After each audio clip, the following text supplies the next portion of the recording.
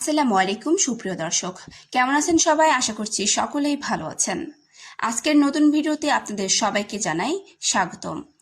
আজকের ভিডিওতে আমরা আলোচনা করব এই মুহূর্তে বাংলাদেশ থেকে ওমানে ফ্লাইট চলছে কিনা, বাংলাদেশি কর্মীরা এখন ওমানে যেতে পারছেন কিনা এবং কোন ধরনের এজেন্সির মাধ্যমে গেলে সবচেয়ে নিরাপদভাবে যাওয়া যায়। প্রথমে সুখবর দিয়ে শুরু করি। বর্তমানে বাংলাদেশ থেকে ওমানে ফ্লাইট চালু রয়েছে। যদি আপনার বৈধ ওয়ার্ক ভিসা বা অন্যান্য অনুমোদিত ভিসা থাকে তাহলে আপনি নিয়ম অনুযায়ী ওমানে যেতে পারবেন। বিভিন্ন সময়ে নিয়োগের পরিমাণ কম বেশি হতে পারে, তাই সর্বশেষ ভিসা অনুমোদনের খবর অবশ্যই যাচাই করবেন। অনেকেই জানতে চান এই মুহূর্তে কি বাংলাদেশি কর্মীরা ওমানে যেতে পারছেন। এর উত্তর হলো হ্যাঁ, যাচ্ছেন। তবে সবাই একই ভিসা, একই ধরনের ভিসা বা একই কোম্পানিতে যাচ্ছেন না।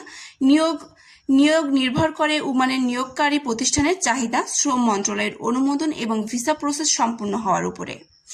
এখন আসি সবচেয়ে গুরুত্বপূর্ণ বিষয়ে, কোন এজেন্সির মাধ্যমে গেলে ভালো হবে। এখানে একটি বিষয় পরিষ্কারভাবে বলা জরুরি, বর্তমানে এমন কোনো সরকারি তালিকা নেই যেখানে বলা হয়েছে এই একটি এজেন্সি সবচেয়ে বেশি মানুষ ওমানে পাঠায়। তাই কেউ যদি ওমানে দাবি করে যে সেটি যাচাই করে নেবেন। আপনার প্রথম কাজ হবে এজেন্সিটি বাইরা নিবন্ধিত কিনা এবং তাদের বৈধ রিক্রুটিং এজেন্সি আছে কিনা তা নিশ্চিত হওয়া। পাশাপাশি চাকরির অফার, বেতন, ডিউটির সময়, থাকা খাওয়ার সুবিধা এবং অন্যান্য শর্ত লিখিতভাবে বুঝে নিন। আরও একটি গুরুত্বপূর্ণ বিষয় হলো কোনো এজেন্সিকে অগ্রিম টাকা দেওয়ার আগে অবশ্যই রসিদ সংগ্রহ করুন এবং সব কাগজপত্র ভালোভাবে পড়ে নেবেন। শুধু সামাজিক যোগাযোগ মাধ্যমে বিজ্ঞাপন দেখে সিদ্ধান্ত নেবেন না।